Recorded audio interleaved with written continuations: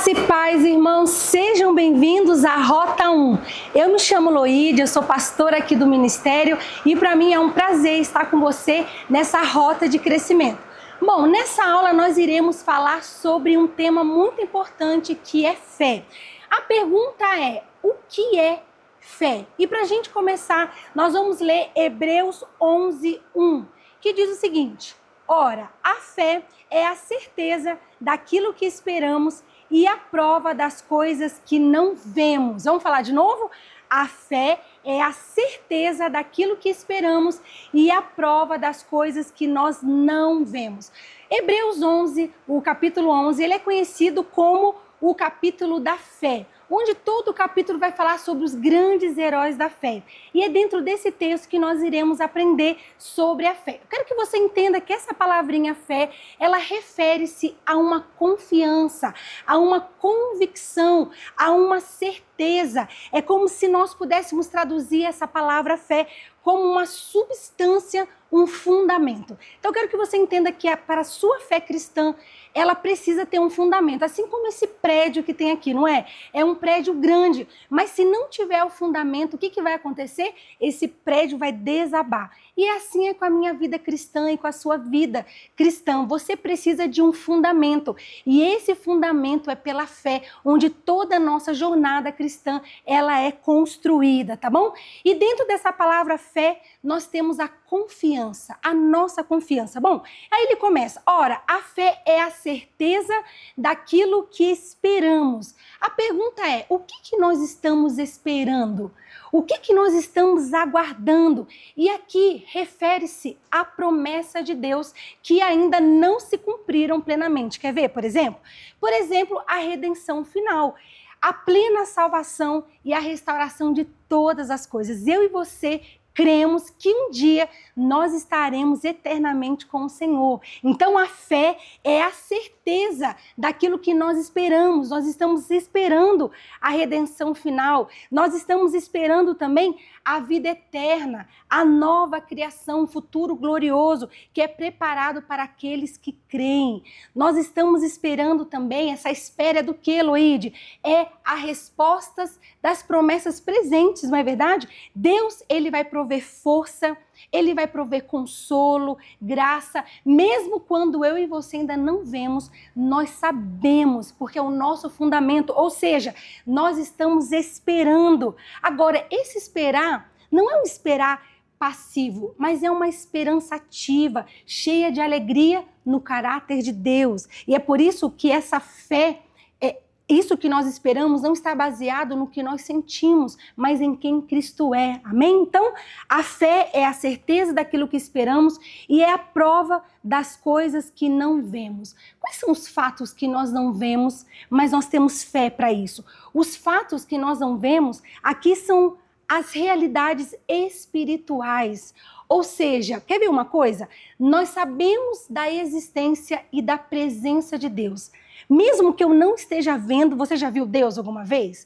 Eu nunca vi ainda, mas eu creio que Ele existe, não é assim? Eu creio que a presença dEle, ainda que eu não veja fisicamente, eu creio que Ele é real, que Ele é ativo e que Ele sustenta tudo. Então a fé, ela é a certeza, ela é prova daquilo que eu não vejo. Eu não vejo a Deus, mas eu creio. A obra de Cristo e a união com Ele. Apesar de eu não ver, nós não vemos com os nossos olhos naturais a justificação. Cristo morreu na cruz por mim e por você e nós fomos salvos, na verdade. Apesar de eu não ter visto, eu creio, porque a minha fé é isso, nós sabemos que são realidades verdadeiras, apesar de eu não ver. O que são essas coisas que nós não vemos? O reino de Deus, não é verdade? Jesus, ele já inaugurou o reino espiritual e ele está avançando, mesmo que de forma invisível.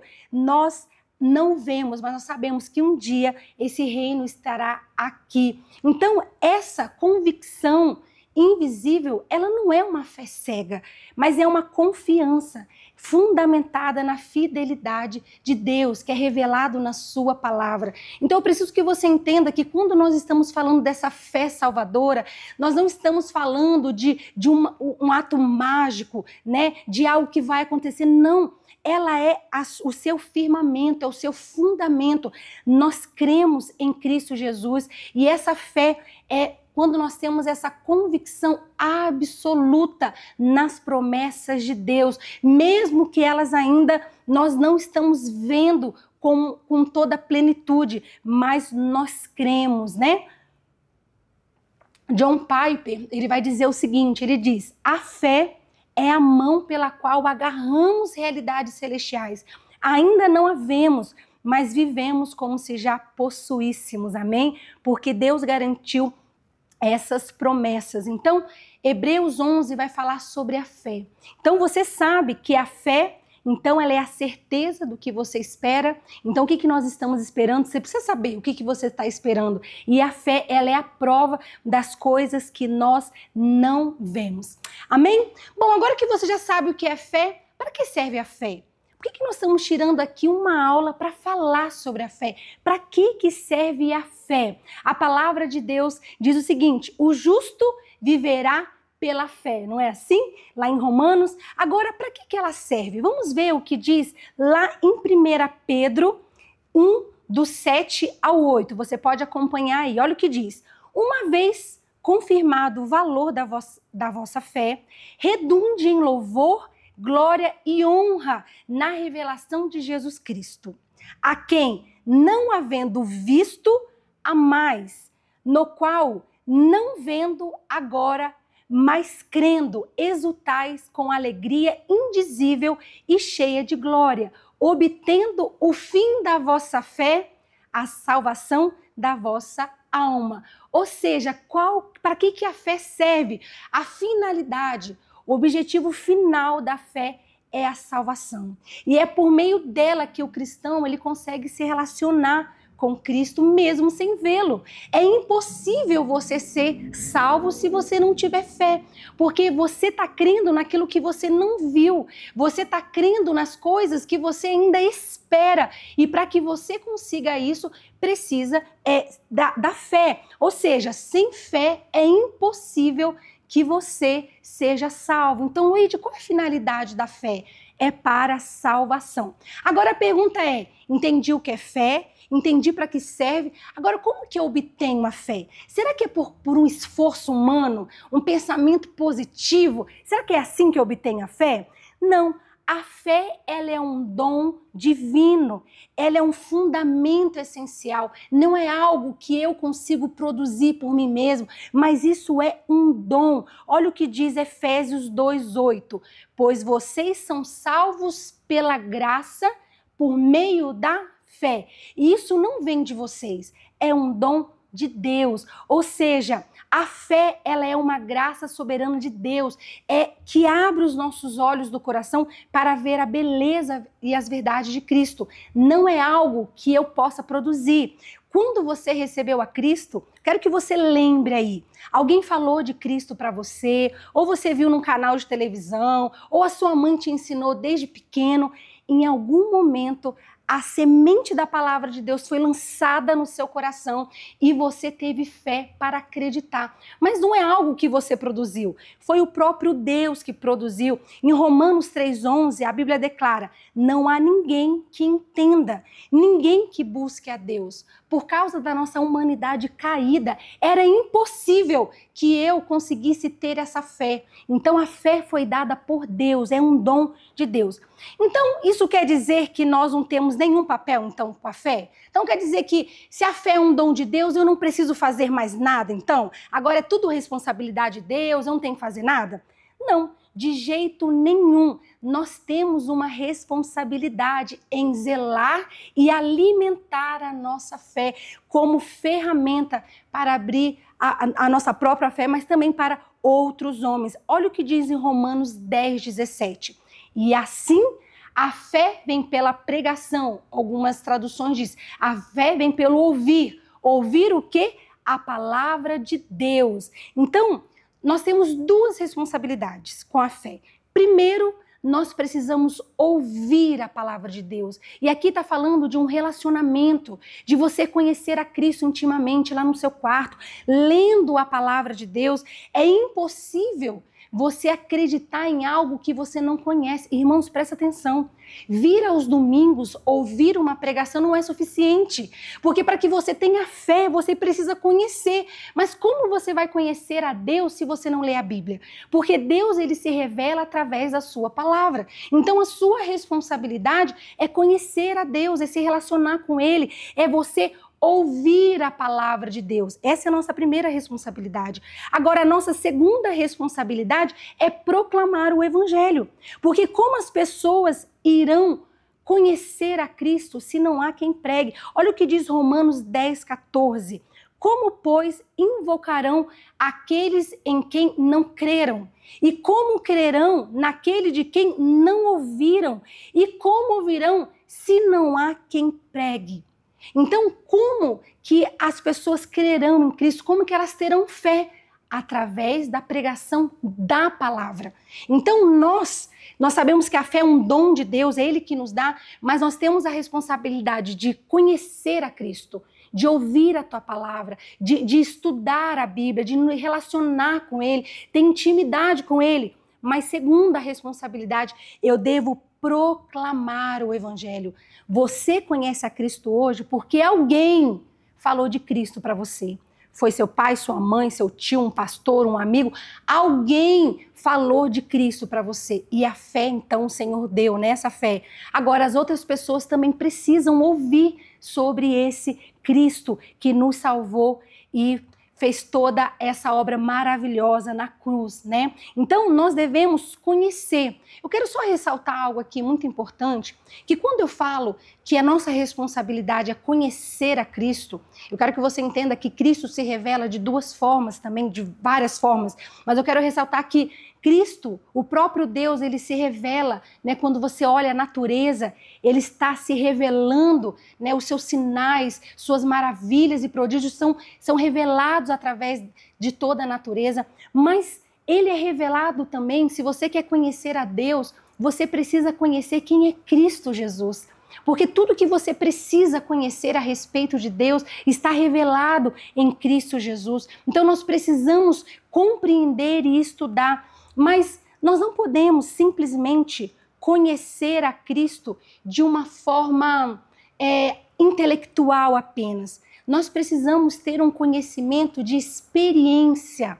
Então eu conheço a Cristo com a minha mente, com o meu intelecto, eu estudo a palavra, mas eu também experimento a Cristo. Eu gosto de usar o exemplo do morango, não é? Imagine que eu pego um morango aqui e eu começo a te explicar como essa fruta é, qual o sabor dela, como que ela é. Mas você pode até conhecer de forma intelectual, mas você só vai saber realmente o que é um morango se você pegar um morango, dar uma mordida e você vai experimentar. Assim é com Deus também. Eu conheço a Deus de forma intelectual, eu preciso me render, me submeter ao que a Bíblia ensina, mas eu também preciso ter uma experiência, ou seja, a fé verdadeira, ela vai envolver um saborear a sua glória, uma experiência que nos cativa e nos leva a confiar em Deus. Amém? Bom, e por último, eu quero falar com vocês sobre essa fé que é uma fé operosa. Irmãos, presta atenção, durante muito tempo, a igreja do Senhor, né, e eu estou falando a instituição, durante muito tempo foi acreditado que nós éramos salvos através das obras, não era assim? Nós sabemos que através da reforma protestante, houve um protesto contra isso, porque durante muitos anos a igreja ela acreditou que para você ser salvo, você precisava das obras. Então nós tínhamos aí as indulgências, nós queríamos comprar um pedacinho do céu, então nós fazíamos muitas coisas para sermos salvos, e nós sabemos que não, nós somos salvos pela graça, através do sacrifício de Jesus.